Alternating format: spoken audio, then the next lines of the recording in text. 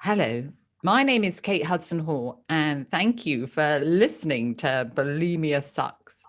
So, this is a platform for people to share relatable and uplifting and inspiring conversations based on bulimia and anorexia and other eating disorders. And these are real stories from people who are suffering or have suffered an eating disorder. And episodes will include their personal stories of where they are now, and then their journeys and their steps taken into their recovery, and also to professionals who work with eating disorders. Now, my Bulimia Sucks audiobook is launching on June 27th. And if you would be interested and would like a free copy of this, then email me at katehudsonhall.com. Actually, maybe not. katehudsonhall@gmail.com might be a good idea. And I'll send you the code to download it. So you'll be able to get it for free, and it'll be on audio, Audible, Amazon, and iTunes. And then also on the 27th of June, we're launching Patreon. And for those of you that don't know what Patreon is, it's a way for our viewers to support us financially and allow us to continue creating fantastic content and helping people who are struggling with an eating disorder. So by supporting us at Bulimia Sucks, we can continue to provide the helpful and inspiring content for you. Now, our guest today, I'm very excited, is Natalie Robertson. Now, Natalie trained as a chiropractor, and she specializes in posture correction and has a holistic approach to health. And she owns a lifestyle clinic in London called Spirohealth. Now, with her practicing as a chiropractor, so this entails the chemical support in nutrition and the physical support in alignments and exercise and rehabilitation. And also something that Natalie is very passionate about is eating disorders coaching. And she works as an eating disorders coach because Natalie, she suffered for 20 years with anorexia and bulimia.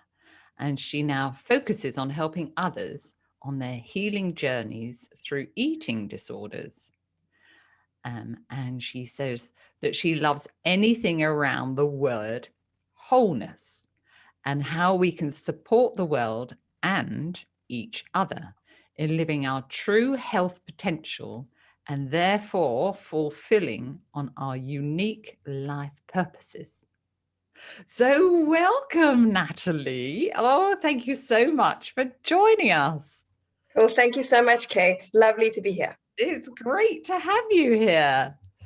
So now let's begin. Let's begin with a funny story. So what have you got for us? What funny stories have you got? I had so many to choose from, and I was thinking, do I speak friends? Do I do family? Do I do animals? So yeah, I went with family, and I've got a brother that lives in South Africa, Right. and his wife is native South African, so she's Afrikaans. That's what we call it there. So it's like almost like a Dutch line. And they went out shopping. He told me the story, and I just absolutely laughed my head off because they went Christmas shopping.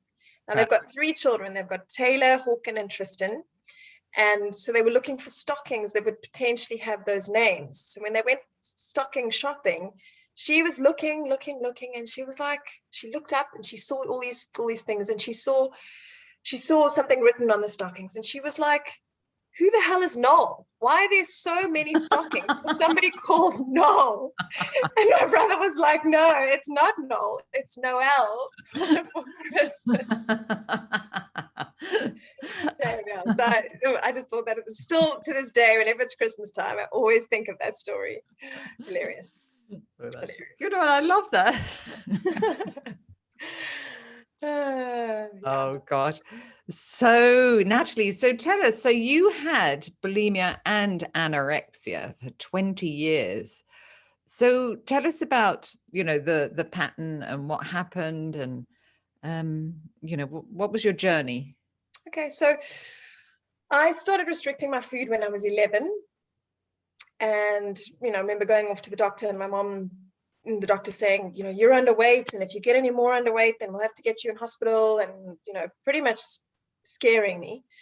And I actually I went in one ear and out the other, because I carried on doing that. And then I got to a point where I decided I was going to throw myself into another addiction. And that was exercise addiction. So that then I was eating, but I was only eating because I was exercising. So if I could do 6 hours of exercise a day, then I was great. I could eat. Yeah. Yeah. And then something happened when I was 18. Something shifted in my brain. Can't explain it. I remember having my first almost binge session. It was on bread with butter and jam. Excuse me.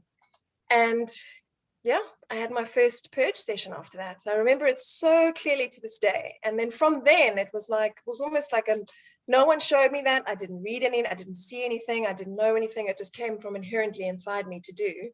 Right. And from then on, from 18 till I was 31, 32, suffered with bulimia on and off, terrible times. And then you would be okay for a few months and then, back into it again, and always triggered by sort of stressful events or relationships breaking down, things like that. Yeah. And what sort of kind of brought you to the other side? Do you remember? I do, actually. I remember my parents, bless them, didn't know how to help. And so I think for a long time ignored me. Right. And eventually when we came out and as a family spoke about it, and I spoke to them and they were looking to understand, my dad said to me, you belong in a loony bin. You belong in a hospital. You belong in a crazy place. And I didn't hold that against him, because I know that families, people don't get it. They just do not get what is going through your head at that, in those times. So, and I think it's difficult to people, particularly with bulimia, but with any eating disorder, for people to really understand, because it doesn't make any sense why you wouldn't eat or why you would be, making yourself sick. So people don't really, it's difficult for them to understand, I think. Very. And so the first thing they did is take me off to a therapist who had interesting ways of helping, which didn't. I mean, I was on antidepressants. They put me on Prozac, which just numbed me out, maybe took my appetite away a little bit. I carried on drinking and partying because I was young then, and I was just, studying. So it was like not a great combination together. Yeah. So that didn't work. And the therapist also just really didn't really do any headway. So I think for a long time I was looking for that right person. And I actually would say, sorry, I got something stuck in my Were you ready at that time to address what was going on? Oh, okay. Well, this is what I've come to realize, is that when I've worked now with more and more clients, as you would have with Kate, but people are not ready. No. They're not ready. There's that point, and this is where I got to. So I remember it in my head. I was just so exhausted, completely depleted, and absolutely shattered, just tired. And I was standing in the kitchen and I was looking at all this food in front of me. And it must have been probably like my third or fourth binge of the day. So it would have been my third or fourth session of binge and purge. And looking at it, and I almost had like an out-of-body experience. I looked down at myself and I was like this primal animal that was about to devour everything in front of me. And that person who was looking down went, what? Why? What are you doing? How is this going to help you? You're going to just do the same cycle and hate yourself all over again at the very end. So, and I think that's a good way to explain it, because you do feel a bit like an animal, or like an uncontrollable animal. Absolutely. Yeah. And so for me, maybe I'd reached rock bottom, and that's when the decision was made. And I was, I'm not going to do this anymore. And I think a real decision, because I know there's so many times, and actually one of the most trickiest things is being such a strong, accomplished, successful person, and then having this disease and disorder that you you can't control, because on a day where you go, right, you wake up, today's my day, I'm not going to binge and purge today, and you have a great morning, afternoon, when you get to evening, suddenly bang, it happens, it comes over you, that sort of automatic program that was just running me would take over. And it's like, in the next day you'd be like, I was going to have a binge and purge free day yesterday and I didn't, and you hate yourself for it. Mm-hmm. So that was probably what I found the most tricky about it, was, not being able to control it. Yeah.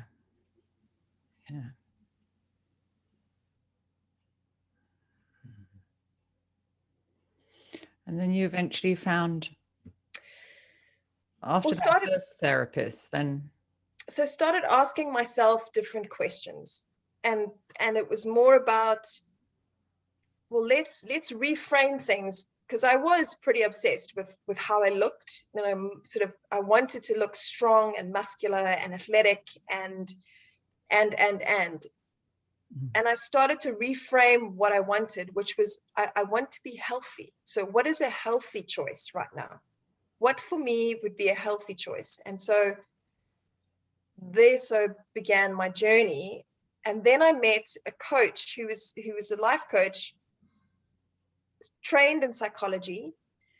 And that's where it was the big realization for me that literally saved my life. And it's not about the food. It's not about the food. And so now I'm dedicated to helping everybody out there realize that it's not about the food. Yeah, absolutely. And that's what other people think it's all about the food, but it's not. What is it about to you? So to me, it's about understanding or acknowledging your feelings rather than squashing them down with food, or, restricting and disallowing yourself the food and disallowing the nourishment that your body wants. So for me, it's more of an emotional, spiritual journey than anything else. Right. Yeah. So just backtracking a moment. So after you had that realization that day, when you sort of had that out of body experience, is that when you decided you needed to change your therapist, and then you found this therapist? No, I think in between that, and it is a bit gray for me now, it's a long time ago now.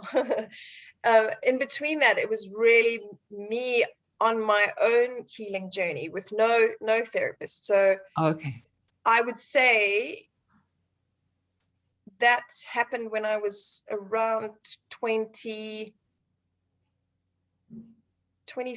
27. Right. 26, 27. So from, 27 to 31, I was, on my own. And it was very much discovering and exploring and seeing. And so there was a lot of this. People think we say we've recovered and it's a day, and it's like, wow, that was my day. And I went from from doing it to not doing it. And it's not like that. I think for most people, it is, it's recovery. It's, we have relapses, slip ups, and that's okay. It's just making sure that we do get back on that straight path to freedom. Absolutely. Yeah. So when you think back, what were your specific reasons to recover? So for me, one important one was that I knew that I was damaging my body, and more importantly, my reproductive system.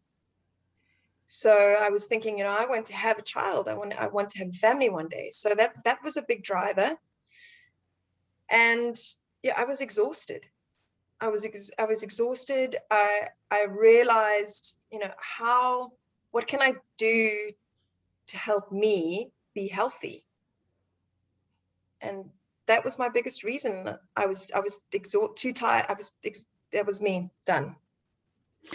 So if somebody was sort of in the depths, say, of bulimia, and they were at that point where you were, what would you say to them to be able to, what slight change maybe could they make, or what would you suggest that they do in order to be able to take that first step? I think, certainly finding the right support system around you. We didn't have much internet access, group support, go online and find people who are also, in a similar position. So I would definitely say reach out for support from people that are going through the same thing. Right. However, I would strongly also say that they can also keep you stuck. Because if you keep sharing a story of victim and what's happening to me, which is horrendous, don't get me wrong, and acknowledging that is important. However, being stuck and being supported where stories, are shared and people just one up, oh, I did this and I did that, and oh, I did 6 times and I did 5 times, and and it's just like, for me, it's not progress. Yeah. And what else would you suggest? I would say, if you could just be, because I was obsessed with doing. So when I actually slowed down and was more of a human being than a human doing, you learn to sit with the horrible feelings and not squash them down with food and not bring them up and not restrict, or whatever your pattern is. And so being able to recognize emotions, being able to manage emotions by different ways. So breathing, or nature, or grounding, or your pet around you, something to love, something to shift your vibration out of where you are. I've put together a course that's called Freedom from Food. And the main premise is it's not about the food. And in one of the sections, I talk about triggers and how to disrupt your patterns. So pattern disruptors. And one of the pattern disruptors is, change where you are. So if you're in the kitchen, go outside. If you're in the kitchen, go upstairs, go in the bathroom, brush your teeth, have a cold shower. Just change your pattern. Call somebody, put on the TV, put on loud music, start laughing. The brain can be tricked into going down another path if you can manage to understand when you're at that point where you're about to open the fridge, or about to open the tub of ice cream, or about to have the mouthful of peanut butter. One of my friends who's a psychologist said laughing at that point really shakes up the brain. Yeah. And so these are little things that I think could help somebody who's in the depths of it right now. It's just change your vibration so that you can change which road your body chooses to go down, because that road is so easy, the one that we know. It's just so easy to do that pattern that we've done so many times. Yeah. The work is in changing and shifting in the other direction. That's the work. Yeah, absolutely. I love that. That's great. Yeah. And so you set up this course, Natalie. So tell us about the course. So it'll be available in, I'd like to say, the next 2 months. And it's, as I said, completely based around, it's not about the food. And there's different modules where you're talking about, immediate sort of emergency help. And then you're going into, looking at physiology and how your body works and how you can help yourself physically. And then there's, the relationships around you. And then you actually start going into a realm, which I am so passionate about now. A really, really tricky pill to swallow is that you create your own reality. Absolutely. So when you look around yourself and you see what's happening in your health and your relationships and your money and success, and understanding and taking responsibility for that is a huge step in then creating the life that you want for your future. So I go through a lot about the law of attraction, which, I've learned a lot from listening to people like Esther and Abraham Hicks. And the book. What would you say to explain about law of attraction to people if they don't know? How would you sort of briefly explain that? So I usually start with talking about how the whole world is an ocean of motion. So everything is vibrating. If you remember from school, there's particles inside solids, liquids, and gases, and they're all just moving at different frequencies. Yeah. Now, what they've done is they've measured the fact that we actually have emotions and feelings that have these frequencies as well. And if you think about sort of the law of gravity, that's a universal law. So universe means, it's happening all around the world. It's a universe, one verse. So if I drop this pen, it's going to drop, due to gravity. Yeah. Now, the law of attraction is also, the law of vibration is also a universal law. It's happening whether we like it or not, and it's happening all the time. The law of attraction goes one step further and looks at us like super magnets. So what you give out is what you get back. Think of yourself like a boomerang. So if you're going to give out, criticism and hate and judgment, then you're going to get it back. And you'll get it back in ways that you can't control. So there'll be phone calls and situations and relationships and meetings in the street and, events that happen in your life. It's supported by that. So if you can learn how to keep yourself in a better vibe or a higher vibration, you will attract to you what you give out. So how would that help somebody with an eating disorder? I think that, what I know is when I was in the depths of this, my vibration would have been super low. I would have been giving out things like self-hate, high critical, so very, judgment and criticism and control and shame, because you do it and then you feel shame and you feel guilt and all these things come up and it's a cycle. You just go through this. In saying that, you almost live a double life. I know so many people, and even myself, you were like this imposter, because I was bubbly and successful and a party animal and sporty and then on this other side, what's happening underneath. You're just this turbulent mess. Yeah. So when that happens and there's such a contradiction in energy, that's so exhausting to keep up all the time, which is, I think, why I hit that point where I was so exhausted. But what I'll say about vibration is I was predominantly in that low vibration, pushing all the time. And so the universe will give that back to you.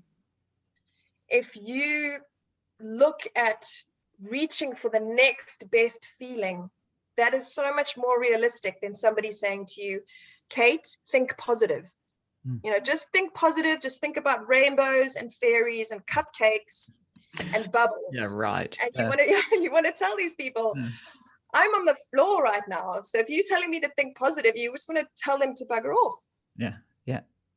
For me, it's about thinking powerfully. So the powerful thought of, okay, I am where I am. This is what I'm feeling. I'm about to have this binge because I'm feeling super stressed. In fact, somebody upset me today. So actually I'm feeling sad.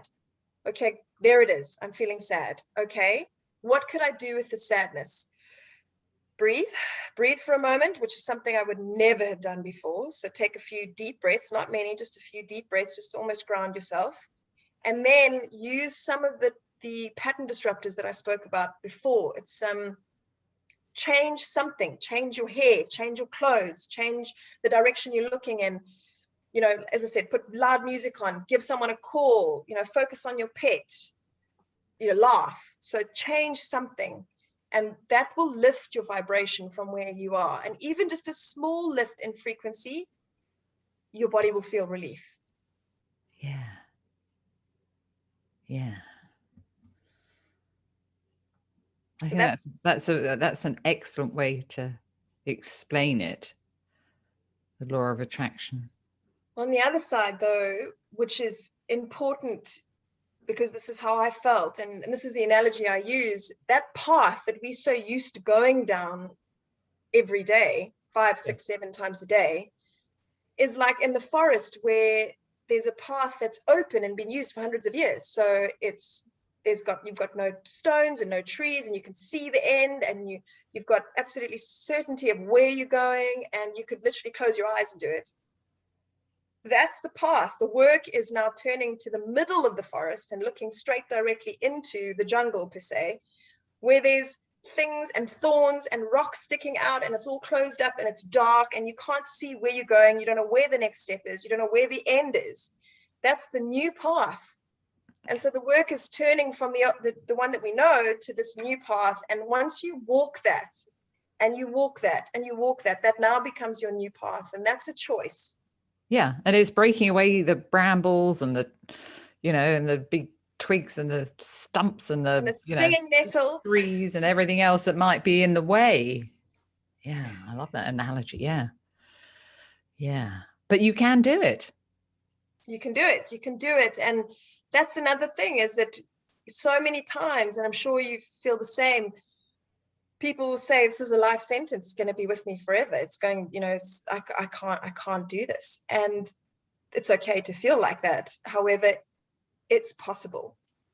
It's possible. Yeah. I was going to say, so to you, do you believe that you are recovered? 100%. I do. I do believe that I'm recovered 100%. I will say I am human and I still overindulge. And the difference for me now is that I do it 100% consciously. I'm awake. I know what I'm doing. I know how much I'm having. I know I'm enjoying it. If I get to a point where I feel like I'm just aimlessly doing it, then I'll just stop for a moment and maybe ask myself a few questions about this. It's a choice. And so when you overindulge now, what do you tell yourself to, because people will be questioning that and say, well, how do you now stop yourself from, delving down into that old pattern? So I would say that it's definitely going into the, obviously, as we've spoken about now, turning towards the direction of the jungle. So it's going through a new path, but it gets easier and easier and easier. I mean, I never thought in a million years that I would be able to have 2 blocks of chocolate and stop. Not on your life, not even. Absolutely. I was like, there is no way that's going to happen to me. And now I can say that I do. Yeah. But I can also say that on the weekend, on this Sunday, I ate an entire white chocolate Easter egg. And after and that, it's not even Easter. I know, because I kept it. Yeah, I kept it. So I had this white chocolate Easter egg, and I had some wine gums afterwards. And while I was doing that, I was enjoying it thoroughly. Yeah. I was allowing myself to have it, not from a reward from doing 2 hours of exercise, more from the fact that, I'd had dinner and I felt like I wanted something. I was like, oh, it'll pass. And I was like, oh no, maybe I do want some dessert. What is there? Went to look in the kitchen, found it, came through, thoroughly enjoyed every mouthful. What I would say is the difference in that binge, and I'm sure, again, Kate, you can relate, you are not tasting anything. You are not enjoying anything. You're not taking in the smell and the look of it and the textures. Really not. No, you're really not. And so the difference is I'm doing that, and I'm see, touch, taste, hearing, and smelling, if I can, what I'm doing. Yeah. And it does create a different experience. Suddenly I feel like I'm, it's soul food. Yeah. And it's being mindful, isn't it? It's all about, eating mindfully and enjoying that experience. And so going back to the fact that you can now sit and enjoy foods, even though you're not actually hungry for them. I think it's important, to point out that it's doing that occasionally, isn't it? When you feel like you want to enjoy that food. It wouldn't be a habit, a pattern that you would do all the time. No, and I can say that it gets to a point through your recovery where it absolutely isn't. And one of the things that's in only the last 2 years that's opened my eyes up to a whole new world is looking at, specifically for women now, looking at our cycles, even post-menopause, pre-menopause, even, if you aren't having any cycles because you've interrupted your whole reproductive cycle, there will still be a cycle within that cycle. And I have now been able to read up on and research around the fact that our physiology changes by like 30% with our hormones going up and down. And, in the second 2 weeks of your cycle, you need between 50 to 200 calories more just to be you, just to function. And I never understood when I had these strict diets why it would go so well for 2 weeks. And then the next 2 weeks would just break down and sabotage. And then I'd be binging and then it would all be over. And then it would all start again. And when I started to realize, hold on a second, this is different. Eating differently in the different weeks of your cycle is really important. Mm-hmm. And the way you exercise as well, in terms of while you're having your period and just before your period, time to calm your system down. Cortisol levels are up. Yeah. Stress is up anyway, naturally, and I think nature's amazing because that's just keeping us aware of any threats around us. If we were to fall pregnant, like keep the baby safe, and you're just on edge. And for somebody who's having an eating disorder and doesn't know that, you're hyper in those weeks around that point. Yeah. And I think that could potentially feed more into what we do. Yeah, that's really interesting. Yeah. So there's a great book by Alyssa Vitti, Vitti. Right. It's called The Flow, and The Flow is FLO. That's the book that has literally changed my life in the last few years. Oh gosh, we need to read that. Oh, thank you for that. Yeah, we'll all have to get that. That sounds really interesting because it's not an area that really is talked about very much. Well, yeah, and she outlines it. Disorders, from what you've said and how it can really affect people in that 2 weeks. I know so many people, not everybody, but a lot of us are, push ourselves to the nth degree and maybe also exercising, compulsively. And so she talks about how pushing yourself with that exercise is making us fatter, older, and less fertile. Right. Oh. So the book is honestly, it really has changed the way that I live my life, and therefore how I can achieve my own purpose more so, because I have this sort of ammunition or this little tool behind me. Yeah. Amazing. Oh, I love it. So now, Natalie, so how can people find you? Because you're working as a coach now, aren't you? Yes. So I'm wearing 2 hats at the moment, which I really enjoy still, helping people on posture side of things, posture aches and pains and nervous function. So that's me at Spirohealth. So that's just spirohealth.co.uk. And then I am on Instagram at Bulimia Guru. That's my handle. And I have a private Facebook group that I'm posting videos in every day. So please, open to join that anytime. It's called Freedom from Food. What's it called? Freedom from Food. Yeah. Okay, good. So people can come and find you on there. Yes. Yeah. Amazing. So is there anything else that you feel that you would like to say to the listeners that are going through, what we've been through? I would say to myself all those years ago, the journey is the destination. And so if you are struggling with whatever you're struggling with today, remember that we're not looking to get somewhere. So when I lose weight, when I stop binging, when I stop controlling, when I stop, then I'll be happy. It's important to consider that you could be and choose to be happy now. So it's a big thing to say because everybody's going to be at different parts of that journey.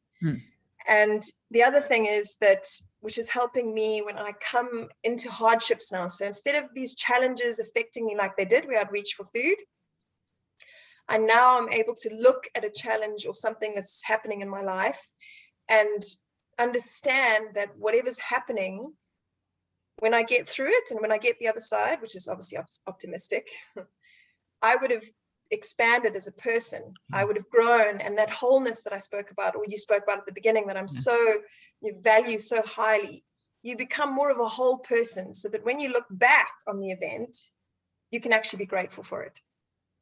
Yeah. And that's where I am, with the bulimia and the anorexia. As I look back now and I realize how much of a more of a whole person I am and continue to work on, and how much, now I'm destined to give back and to give to people to help them get to that point faster. That's beautiful. Gosh. Well, Natalie, thank you so much for joining us today. There's a lot of information in there that I know that will be able to help so many people. Amazing. I've thoroughly enjoyed it, Kate. Thank you. Yeah, no, thank you. And thank you to everybody for listening to Natalie and I today. So join us on the next episode of Bulimia Sucks, and make sure you subscribe to the podcast on Apple iTunes so you never miss an episode. And also, as I mentioned earlier, check out my book, Bulimia Sucks, which is on Amazon, to learn many different techniques to help you to begin to break through your painful bulimic behaviors. And I'd love to hear what you think and leave me a review. So thank you so much, Natalie. And before we go, let us know what you think of the show, and show you some love for your favorite podcast by leaving us a review on Apple Podcasts or Stitcher or Buzzsprout or iTunes.